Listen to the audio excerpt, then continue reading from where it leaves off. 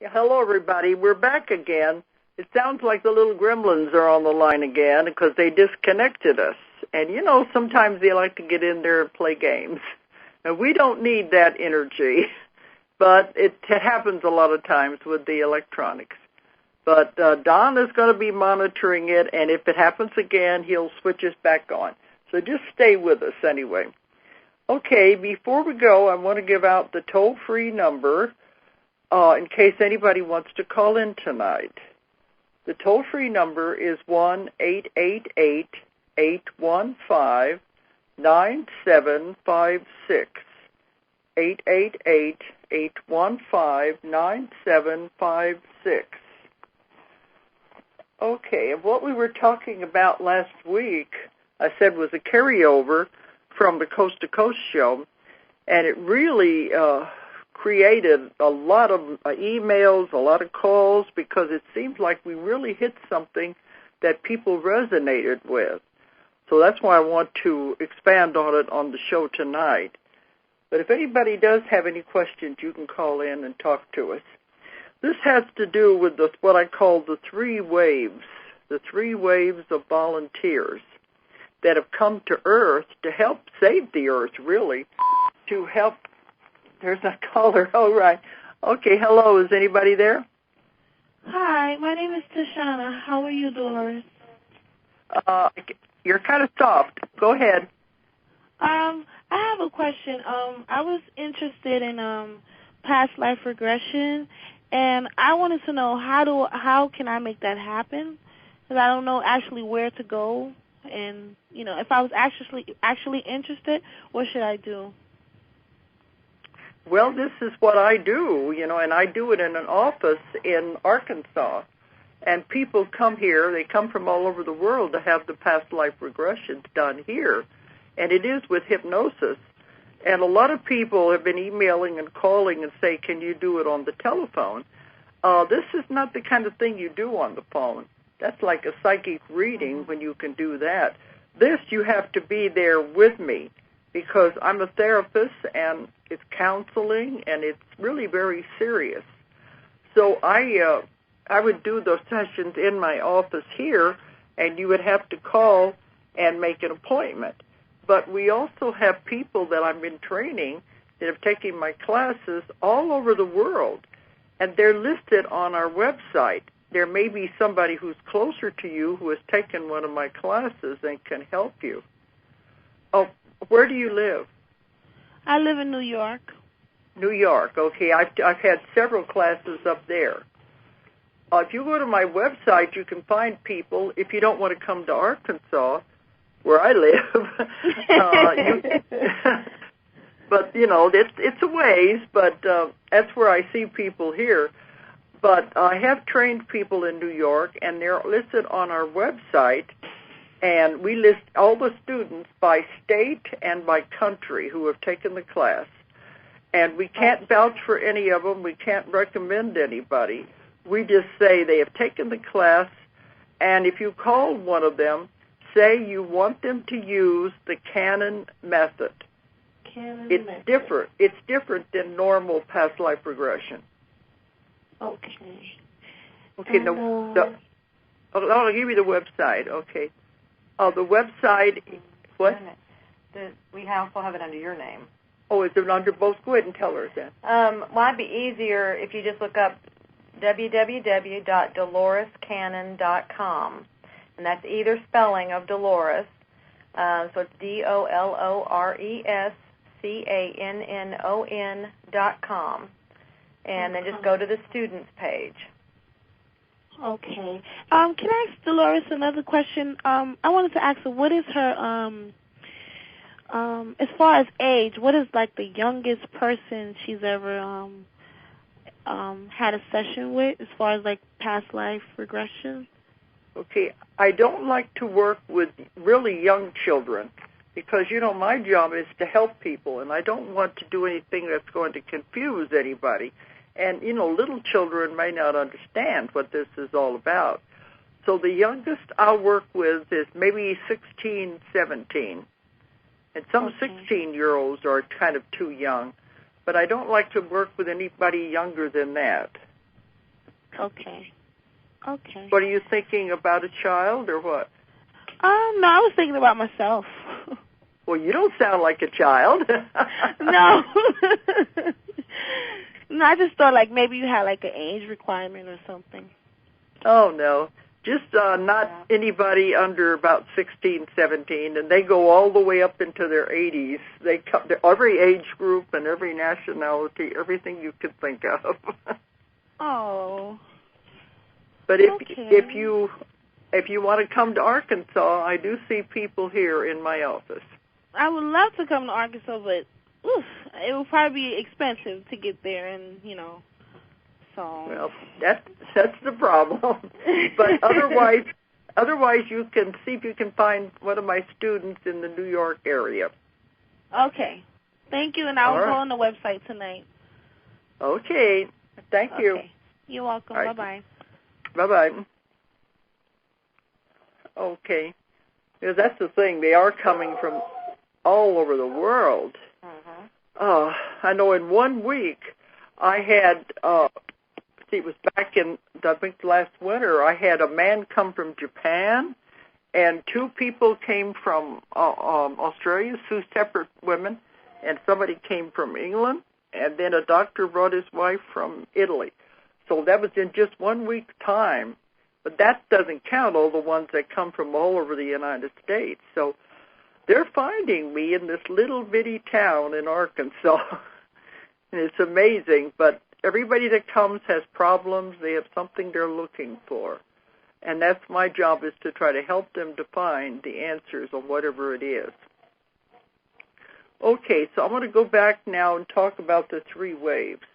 I started out last week talking about it, the 3 waves of volunteers, because I mentioned that it goes back to ETs, but I don't want people to start thinking it's UFOs and ETs and things like that. This is a totally different viewpoint on it. That, way back in the beginning, the aliens, if you want to call them that, they're called the archaic ones, are the ones that started life on Earth. They're the ones that did the seeding of the planet, and they're the ones that created life. And I've had other shows on here where I've gone into great detail about that. But it's been their job to watch over us ever since we were created. We're like their children, and they like to take care of us. But, there is the law of non-interference. What you have in Star Trek is very real. They cannot interfere. We have free will, and they can't interfere with that. They can't interfere with anything about a developing civilization. All they can do is just watch and shake their heads and say, what are these kids doing, But they can't interfere. But they have given us things down through time that would help us whenever the time came. Because all through history, and every country in the world, every culture, they all have the legends of the culture bringers. These are the ones who bring the things that the civilizations need. Like in the Indian civilization, we have the legends of the corn woman who brought the corn and told the people how to plant. And then we have the ones who brought the fire, and all kinds of legends where people have come and given the developing civilization some kind of a gift. And in all the legends, the culture bringer always came from the sky or from across the water. But they always give them something that they needed, and because they live much, much longer than humans, they would live among the developing races and developing civilizations to be there with them to help them. So that's why the legends of the gods in these different civilizations came about. But what happened, well, that's one thing. I'm sorry, I'm trying to jump around here a lot. Sometimes I use this just for an entire hour, 2-hour talk. But I asked them one time, isn't that interference if you come and give the civilization something like that, some kind of knowledge? They said, no, it is a gift. We give them to them one time as a gift whenever the civilization is ready. And then we just let them see what they want to do with it. And then they said usually they're watching and shaking their head is what in the world are they doing with this? Because most of the time the human race will turn it around and make it into a weapon or use it in the wrong way. And I said, well, can't you come back and tell them that they're not doing it right? They said, no, that is interference. Otherwise, it's free will. But now, because there's so many people in the world, they can no longer live among us. The idea of the next invention, the next thing that's supposed to be in our timeline is put into the atmosphere and is spread all over the world. So that whoever picks up the idea will be the one who invents it. They don't care who invents it as long as it gets into the timeline. And you know there's people all over the world who are always working on the same inventions all the time. And it's just whoever develops it first. I've talked to many of my clients everywhere I go all over the world who are working on free energy. And it's the same idea, the same invention. So I know it's going to come into reality. And I was told not to put these people together, to let them just develop these things on their own and go their own way.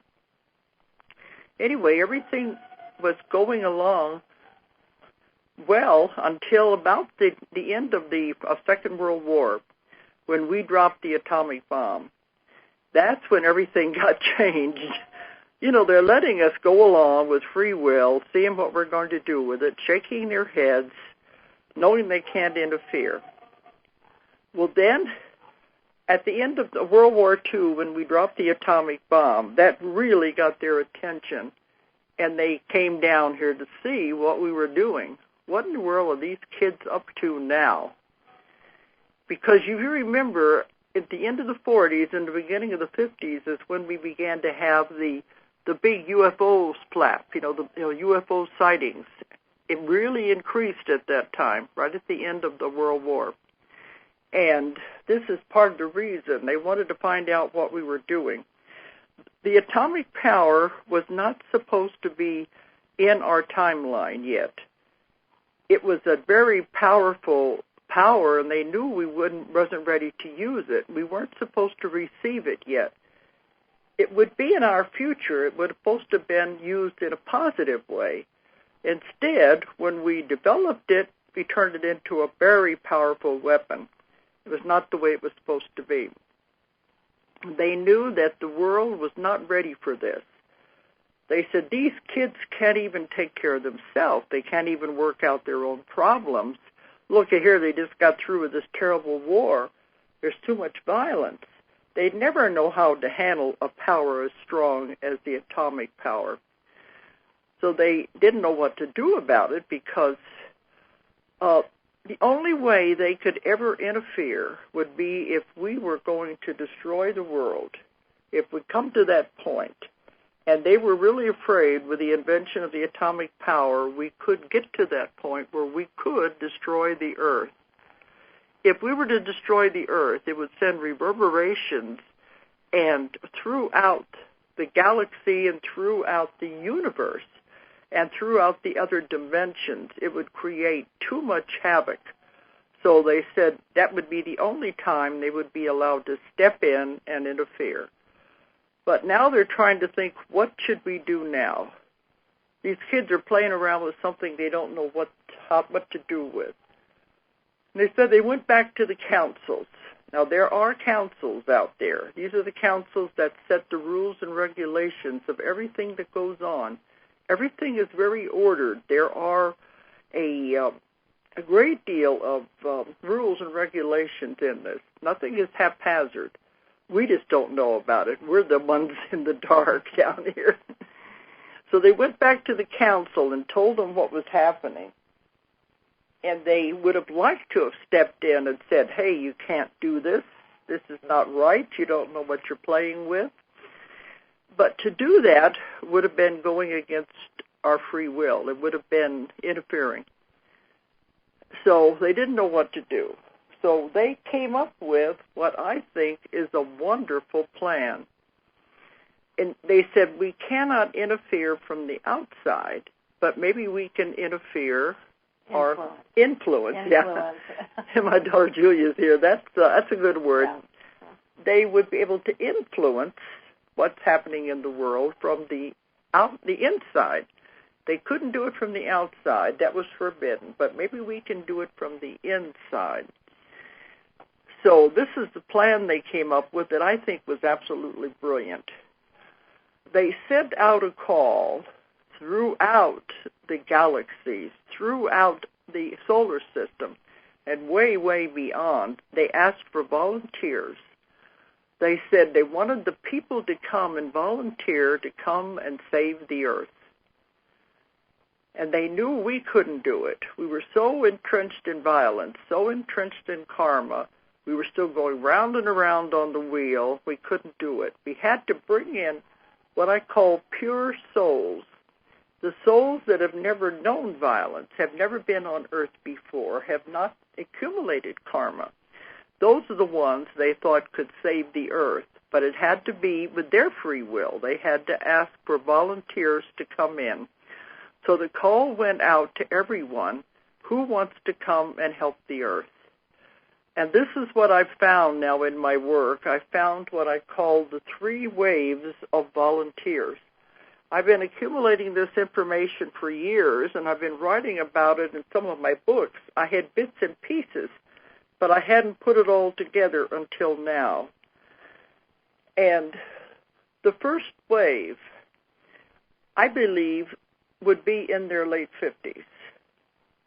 Because, well, I just had a man, my last client, he was born in 1948. He would be about 60. And we found out in the session with him that he was also one of this group. But he fits into it because they began to be born right after the atomic bomb was exploded, right at the end of World War II. Now, these people, let me see, where am I at there? In the first wave. In the first wave, yeah. They, before, in all the years I've been doing my work, and I've been doing this for 30 years, when you take people back into past lives, it's normal past lives. They go back to all kinds of cultures on the earth, different time periods, every country, every place you could think of. That was normal past lives. It has changed. I guess it's been 2 or 3 years, maybe. It's when I'm finally beginning to find out what's happening. Instead of going to a normal past life, this is how I've gotten this information, the person would either go back to the source, which we call God, and they had never left the source to be in any body or any physical, Before. They had never done any of that before. Or they had come from other planets, spaceships, or they'd come from other dimensions, even light beings, where they had never been on Earth before. So this is what they began to come up with. And it was strange because when they were talking to them, and they said they had never been on Earth before, and I said, well, if you liked it so well where you were, because they were quite happy being with God, they were quite happy being on the spaceships and living in other planets. I said, if you were so happy there, why did you decide to come to Earth and enter into the body that I'm speaking to there in trance? They all have told me the same thing. We heard the call, and we decided to volunteer. Before they came in, they were counseled, and they were told what they were going to be getting into. But being they were innocent and pure, they had no idea what a horrible place the earth is. I don't think it's that horrible, but a lot of people do. Well, it's not. Maybe there's negativity, there's a duality, there's all these things like that, and I think when they say it's hard, it's the emotions and it's the denseness. It's so different from what they're used to. But, so I kind of get offended every time you say what a horrible place this is. Because I don't think of it as this is a beautiful planet. This is our home. I don't think of it as horrible because some of my clients do. Probably compared to where they came from, yes, it's very different. Because that's what I've been told. Earth is a challenging planet. In fact, you were saying you'd heard that they had to be very brave to come to Earth. Yeah, very brave, and they said, well, no. I mean, brave, but master manifestors. In order to come here, you had to be, see, Earth, this universe is the most complicated universe of all the universes. Most challenging. And then Earth is the most challenging planet within the universe. So in order to be able to even come to this planet, you had to be a master manifester to even enter into this realm, because it took that kind of power. It took that kind of a being. And so, to me, that really raises the whole thing of this is a horrible planet where we feel like lowly beings over here contaminate, whatever, isolated, to, hey, it took major master beings to be here. And what a wonderful thing, because of its challenges or anything. In other words, we have to be so developed to even come here. And they said they really admire us for doing it. Mm-hmm. But it is a challenging planet, and you come to Earth to learn emotions and limitations. The other planets have lessons, but they're not near as difficult as Earth. So these people have volunteered to come, and I have taken them through the sessions when they are getting ready to come, and they're saying, oh, I want to help so bad, and I really want to do this. It can't be that bad down there. And then when they're going into the body, they're just, they wish they wouldn't have. They said, why did I raise my hand? Why did I decide to do this? Because they said when they're entering the body, it's so dense and heavy, and it feels crammed back into this. Because our planet is very dense vibrations. Mm-hmm. And they're thinking, what was I thinking of? I should never have volunteered. But, of course, when you come into the body, everybody, except for a few exceptions I've had as clients, everybody forgets what they came in for. They come in with the blinders on, totally oblivious of what they were supposed to be doing when they came in here. So that's the problem. Now, the first wave that I'm finding out, many of these, because they were pure souls, don't like it here. I hear it again and again and again with my clients. They said, I don't want to be here. I don't like it here. I don't like the violence. They can't stand the violence. Why in the world do people hurt each other? They said, I want to go home, but I don't know where home is. I just know it's not here. And I've had we had over 3,000 emails have come in since I did the Coast to Coast show. And many of them have said they remember standing in the kitchen talking to their mother when they're about 5 years old. Or younger. Even younger, 4 or 5 years old, and saying, Mommy, I want to go home. And they said, but you are home. And they said, no, this is not home. And they never could figure out why they said that and why they felt that way. But these are the ones who have come, and they know this is not the right place. They don't want to be here. It's not at all what they thought it was going to be. And emotions are really difficult for these people. Anger and, anger and another one? Well, fear is one thing, but anger really disturbs them because they don't like it. They'd rather be alone than to be out experiencing the emotions of other people. They don't know how to handle it. They haven't had that background to know. Yeah, intense emotions. Intense, strong emotions they don't like. And when they came in, there was something like a sleeve was put over the person to prevent them from getting any karma, accumulating any karma. Because these are souls that have not been on Earth to accumulate karma like the rest of the people here. So it's something like a protective coating, I guess you would say, so that they could not accumulate karma while they were here.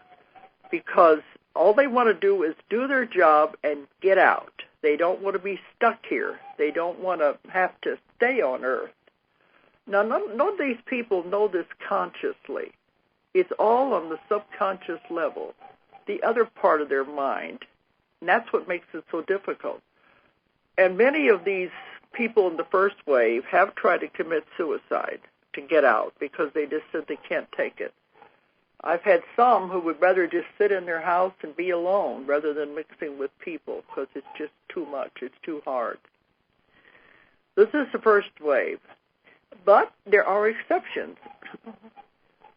Because I had a man, just one of my last clients, the one I talked about, who he is adjusting just fine. And when we had the session, they said this was his first life on Earth. He was one of these people in the first wave. But he had been counseled. He had been talked to before he came in and prepared in a much better way. Maybe that's because he was one of the older ones. That makes a difference. First one. That would have been one of the first ones. Yeah. But he didn't have as much trouble. Or maybe as they started coming in more, they had a faster program and they were rushing through. Faster turnover point or something. They didn't get to counsel. Or they all said, oh, it's okay, I can do it. Maybe that counselor was off that day. Just let some of them through. And slip through. They said, I can handle it, that's all right. But I've had some of our emails that said people in their 60s who were saying, but I fit that profile. This is just the way I felt all my life, but I'm not. I'm older than that. Right. So we're thinking maybe there were some coming in before the first wave really began to kind of, I don't know. Test the waters is what I'm getting. Test the waters. Kind of prepare it a little bit. So. Just let a few in because they had no idea until the atomic bomb they were going to have to really bring in a whole bunch of souls all at one time. This may be kind of complicated for people out there. And now we're not trying to say this is an invasion of Earth by aliens. No, we don't want that. No. What? When you get? I have to talk to you separately. Well, the reason they were coming in back there is they already knew long before that the raising of the vibration was going to be happening. It would have to happen. It was going to have to happen. It couldn't happen on its own, and there was going to be this, just like they have always come and done things to raise things to that next level. Well, that's what this is happening. So that's why they were coming in back here, because this is for this, what we're coming and what we're in now. It's preparing for that, but it was also happened at the same time as this other thing. Yeah, because we knew eventually we were going into the new Earth and the raising the vibrations and frequencies of the entire Earth. Right, yeah, because that's nothing new. No. That's been being planned a long time. But I think this kind of speeded up the program with the atomic bomb and knowing they were going to have to come in and do something about it. But we have got so many emails. It's absolutely amazing, and I can't answer them all. So anybody out there who has written, we've been trying, but there are just too many. But they're all saying the same thing. I feel I'm one of the first wave. Right. And I don't want to be here. Tell me what to do. What should I do? That's the problem. What should I do? Can I remember, first of all, you're in this body for a reason. Okay, you came here for a reason. And everybody's wondering, what do I do? What do I do? We're not human doings. We're human beings. We are to be. And every time somebody asks me, what am I supposed to be doing? It's always, they tell me the same thing. You're just supposed to be. And that's really the biggest influence, these people, of all the three ways, all of them. They help just by them being around. Some of them are channels of energy, like you're going to tell in a minute. I mean, they're there, and just by them being and where they are doing what they're by being their pure selves. That's it, So, but it's hard because they're in here with all of these dense other personalities, and they can't understand the violence that people do to each other. Just remember, they just have to remember who they are. They just have to remember their connection, and then that love connection. It's total love. That's what they're supposed to be projecting. Exactly. That's the being part. So just remember and be that, and that's the effect. Then that's a wonderful effect on the earth. That's why it's hard if they tell me all they want to do is stay in their house and not do anything because they can't associate with people. I don't know if they're having an influence or not. Yes, they are. You think so? Yes, absolutely. Because the energy, everything's energy, and if they are there and they can project that love, and that's the best place for them to do it, then that's affecting the energy of the planet and everybody around them, because it's all connected. All right, let's talk about the second wave. They are younger. They came in after the first wave. The first wave is the one that had the hardest time. Now, we're figuring, what, 30s, 20s, 30s? Yes. In that age group? Right. Maybe 40s. So, I mean, it's in that middle range there. You can tell the difference between them and the first wave. And every time I get one who's in the second wave, I'm always told, or they tell me when they're doing the session, they are channels, generators, antennas. They are here to bring in energy, to channel energy through their bodies. And they don't have to do anything. All they have to do is just be. Which is really all of them. That's what they all do. But that one especially. That one especially. They have not had as much trouble as the others. A lot of them work out of their homes. They don't mix that much with people. They're loners, but they are very satisfied with their lives. But they said they could go into a mall or a store, just walk through it, and not do anything. But their energy is so strong and full of love that it affects everybody that they come in contact with. And that's really all they're supposed to do, is just spread the energy. And these people especially don't want to have children. Now, I said that before. Having children creates karma, and that's why they don't want to have children. They want to get in here and get out and not have to be caught. And we had some emails where they said, how does having children create karma? They don't understand that. Do you want to try to explain it? Well, I mean, that's your closest relationship, and whenever you're in a really close relationship like that, that's where you have all these connections, and you have these, that's where you could do things based on that connection or thing. But there are ways to be in these relationships without creating karma, so that's the part that they're just afraid of that. But no, your children, because they're just so close. I mean, you probably have a better explanation, but it's just that closeness, and usually they're here for that reason, is you're working that off, and that's what I was told. There's more karma involving husbands, wives, and children than any other relationship because it is closer. So these people have unconsciously chosen not to have any children. I think part of it might be because then you have a connection here that you might not want to leave because of. Yeah, because they want to get in and get out. Right. They don't want to. They don't want to leave their child, and after they have a child, otherwise it's like, I have no reason to stay here. I can, your parents will probably be gone after a certain age, and so you're like, okay, I can. But a child, I have to stay here for them. See, that's where it's like it kind of gets into a. That's what they're worried about, getting trapped anyway. Right. Okay. But, let's see, I was going to say something there. This thing was going around in my head about,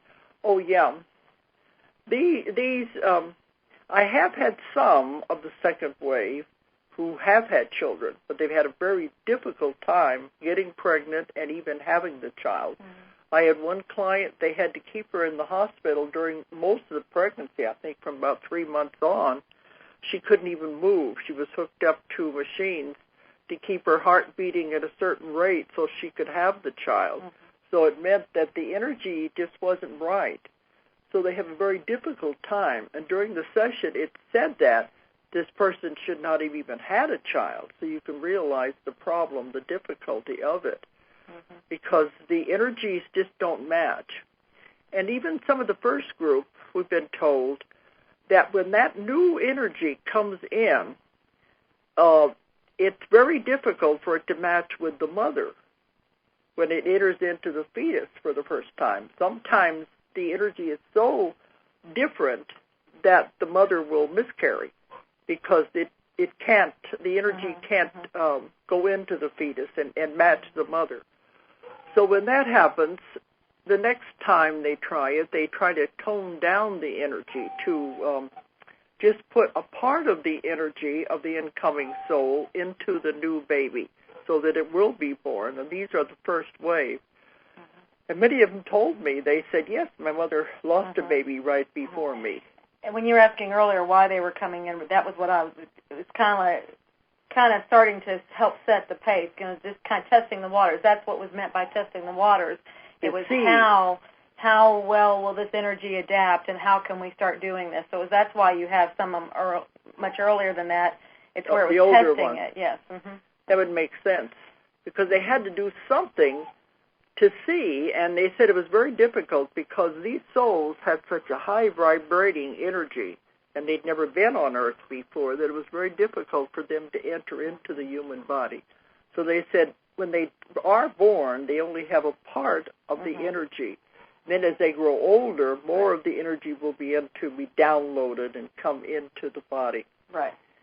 Oh, and I've had people emailing me a lot on this. This is really touching a lot of people. And this is where a lot of, and don't want to make a medical claim here or anything, but a lot of where people are having energy problems is because when they download more something, it's maybe more than what they at that point can handle, and it becomes imbalanced, and that's where the person will have maybe some problems energetically wise, and we may see them manifest as seizures or things like that. These are all energetic imbalances, and I think it's from when they amp it up, essentially, and they're... this because I recently had a young girl who was that way, and her symptoms for the last 5 years, since she's about 15, have been mimicking epileptic seizures, with these, falling on the floor and the jerking and the convulsions. But the doctors say it is not epilepsy, so that's why she came to see me. But what we got is the energy, because, the second wave are channels of energy, and they're supposed to be spreading it. And it's a little too much. Yes. And I think you're correct. It was at the time that the age was, they're supposed to get more, and like an overload, a short circuit. Yeah, well, part of it is, and I would like to, I hope it's okay, of what I keep getting every time I intuitively see what's happening on these people, and this is a way, if you have this happening, or if you resonate with this will also tell you what you can do.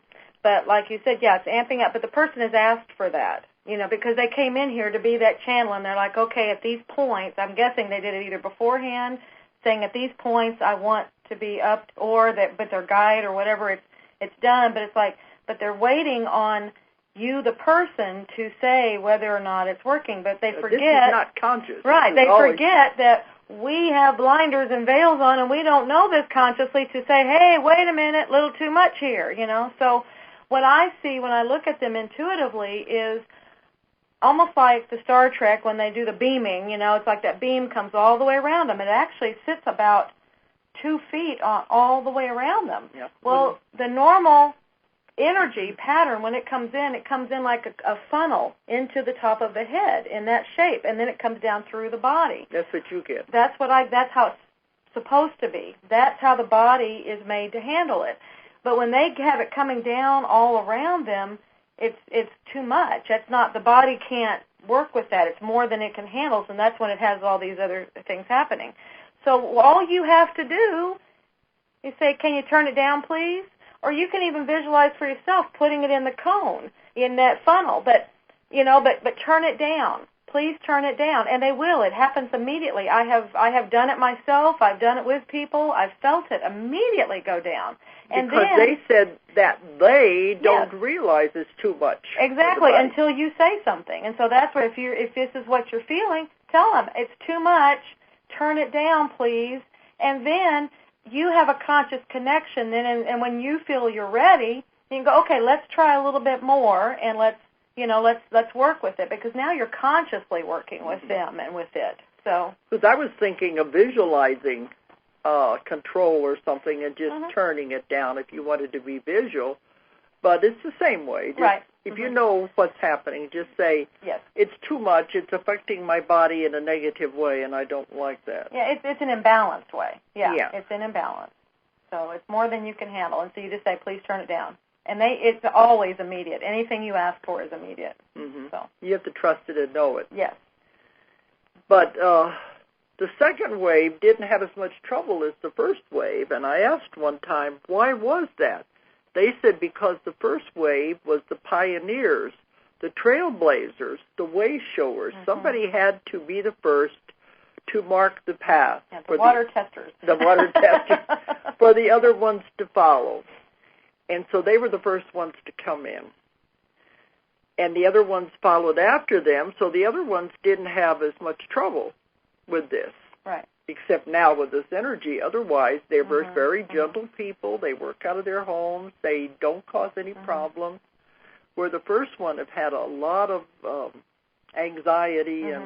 Remember, this is a balancing act here. That's why a lot of it's kind of like, not to give you the impression that we're being experimented on. I mean, this is all our doing and our choosing, and it's a balancing act as the Earth is moving. That's why the changing in energies is happening. So that's why it's all a very delicate balancing thing. That's why it's not known really what each person needs and stuff as they move in any of the waves, how everything moves. Mm-hmm. Okay.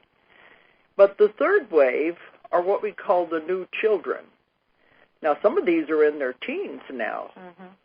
But they're the ones that came in with everything in place. And these are what some people call the indigo children. I don't really like that term, but they're the new children. And they are the ones, but they say they're the gift to the world. They're here to really turn things around. But when they, I lost my thought. when they were first coming in, their DNA? Yeah, that's what I was going to say. Yeah, I'm trying to think here. You're picking up my thoughts. Okay. So. All right. See, they're already coming in with the DNA has already been changed and is already in place. Now, the rest of us, our DNA is being changed. It's being adapted. But because we're older, because we have been on the earth longer, it's taking a little longer and it's harder to do. Of course, there's old people out there saying we have to go to 12-strand DNA. I don't think it has to be 12-strand. They said eventually it might, but they say you go to a workshop and instantly your DNA will go to 12-strand. They said it's a very delicate procedure on the older people because they have to try to adapt this, and sometimes it'll go along and then it will fall apart again. But eventually all our DNA is changing to be adapting. We're supposed to be no more disease. We're supposed to live as long as we want. But the new ones coming in, their DNA is already in place. Now, these are the ones who are way ahead. And this is what the teachers don't understand, and some parents, too. I've gone to conferences where we have trying to educate the educators. And they had a panel of these children, and they were all telling everybody what it was like. They said, it's not that they're disruptive in the class. They don't want to be disruptive. It's because they're bored. They learn things so extremely fast that they're bored sitting in the class. They said when the teacher asked them for an answer, especially with mathematical problems, they give them the answer. And the teacher says, well, how did you find that answer? They said, I know it. That's not sufficient for the teacher, and that gets very frustrating to the child. And other times they'll say, we're sitting there, and they said they're making us go over and over and over the same thing again and again. We got it the first time. And that's what makes them bored. And I've been told in my work, the best thing to do with these children is to give them challenges. Give them something different to do. If the other ones aren't keeping up, then take the child over to the side and give them another assignment. Give them something else to work on.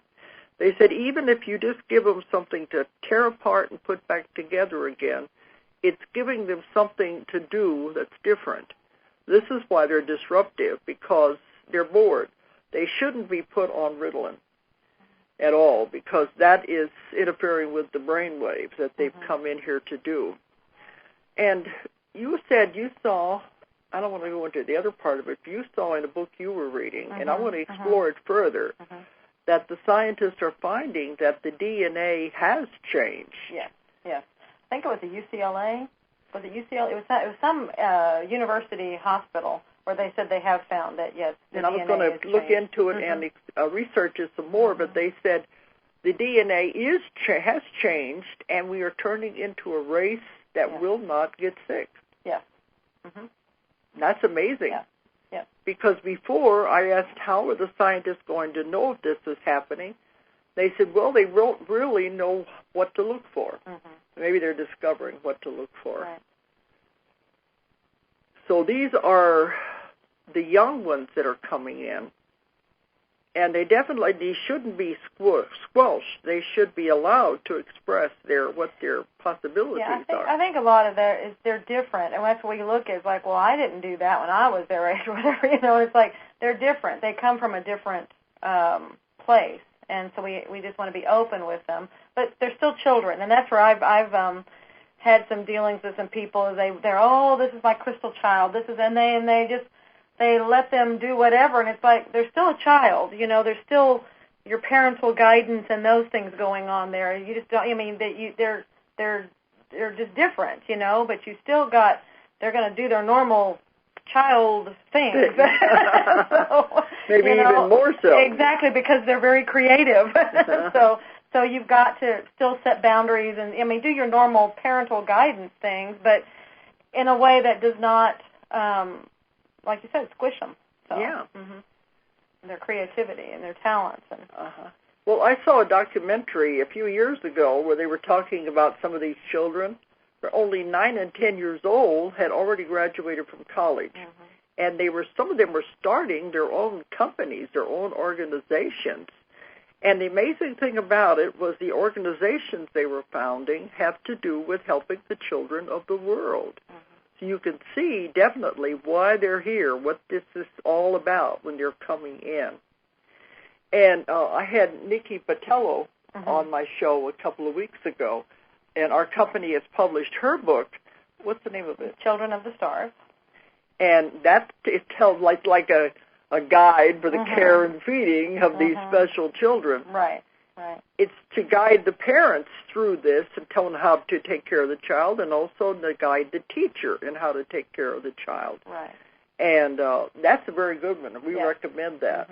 It's not a very big book, but it goes over how these children are different and how to deal with them. So that's important, too. Absolutely.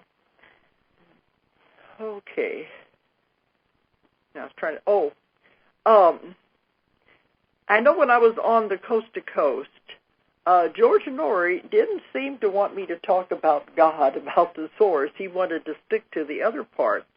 And some of the emails were confusing because they thought that I meant everybody who was coming in these 3 waves of volunteers were all ETs. They were all coming from other planets and other dimensions and spaceships, like an invasion of Earth. Right. No, really, you're just a soul. You are not a body, you have a body. This is the body you happen to be living in at this time. This is the suit of clothes, the costume you're wearing right now to play this part on Earth. But you've been around forever, ever since you were created by God. So you have lived on other planets. You have been aliens, if you want to call them that. You have been light beings. You've lived in other dimensions because it's all according to whatever lesson you're supposed to learn. So you've been around doing all these things. So it doesn't matter what body you take on at that time. And for these people, they go back to lives where they had bodies you wouldn't even recognize, you wouldn't even think was human. That doesn't matter. It was the body they were using in that planet or that dimension or wherever it was. Right. It was the suit of clothes, the costume. Right. Like we were saying last week, they are us and we are them. I mean, we're all one. And there is no separation. There is no difference. People want to put them over here as aliens, as different, to be afraid of, and there is no fear. Maybe that's what it's all about. We're getting to the point now that we can see we're all one. Yes. That's like the major thing to see. Because in my work, I've 25 years working on the ETs and the UFOs, and I have found only positive. I've found that they're full of love, they're here to help, and this is what it's all about. It's nothing to be feared. No. And this is the main thing you have to get over is fear. Fear is a paralyzing emotion. It holds you back.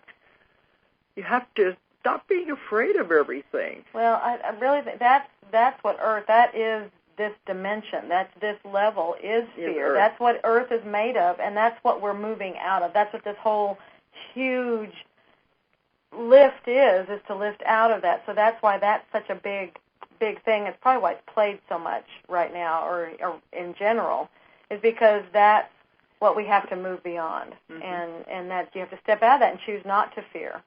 And it's all a choice. Yeah. But I know when I was on the Coast to Coast, George and Uri had the idea that this, what I was talking about, the three waves, was a localized phenomena. I said, oh, no, this is happening all over the world. Because, I travel to the four corners of the world. Literally. Literally. And these people are everywhere. Although they don't know it consciously, when I do the sessions, we find them. And they come up to me, even in South Africa afterwards, and said, now I understand why I felt so different all my life. Right. They're everywhere. And this is what I've been told. Now they think there are tens of thousands of these new souls all over the world. And they think now we have got to the, what is called, the critical point. We kept wondering before, where is that point? Does it have to be half? Does it have to, because it's like, man, that's a lot of people. But it doesn't have to be that many. Because as we were saying last week, how positive and negative works is, if you have a dark room and you open a door on it from a very bright room, it casts light into that dark. The dark doesn't bleed over into the light. The light casts into the dark, and so it exposes and it sheds over there. So it doesn't take as much of the light to offset the negative, the dark. And so that's why we're at that point now with just a few. I mean, saying tens of thousands, that would seem like a few. Out of the millions, out of billions, the whole world. Whatever. They're actually, that's why you're seeing this happen. We've been feeling it for years, but now we're seeing it. You really see it happening. So, Because at first they were really afraid if we could do it. They didn't know if we could. And so that's why they've been watching us all this time to see. But now they finally have said, we think we have come to, what is that called, that critical? That's another term when they talk about the 100th monkey. Yeah, the critical mass. The critical mass, It has finally come to that point where there's so many all over the world, they think we're going to do it. We are going to tip the scales. We are going to save the earth. I wonder, too, what I keep on, because it's like it may not be, I think it could be the influence as well. And it not only just the actual ones coming in, but then the influence from those. Because I don't know that I'm one of them, but I definitely feel changed and everything, so that I feel like I could be one of them. But I know of many past lives that I've had here on Earth. I feel comfortable here, so it's like, okay, I'm probably not one of them, but I feel so like I'm developing on a very rapid schedule.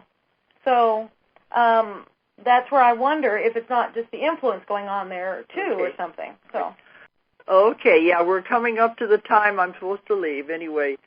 But those out there, don't feel you're not here for a purpose. You are. It's a beautiful, wonderful purpose. We're all here for a purpose. Okay. Nobody came here by mistake. Nobody. You all Nobody. chose. Okay, but I'm going to have to sign off now so they can get the next toast on the air. And thanks for listening tonight. And you can email me on DoloresCannon.com. Well, that's the website. Your email is through there. Through that website. Yes. Or call us at 1-800-935-0045. Okay, good night, everyone. If you enjoyed the show, check out more of our other videos and be sure to subscribe and click the like button. Thank you for listening to the Metaphysical Hour with Dolores Cannon.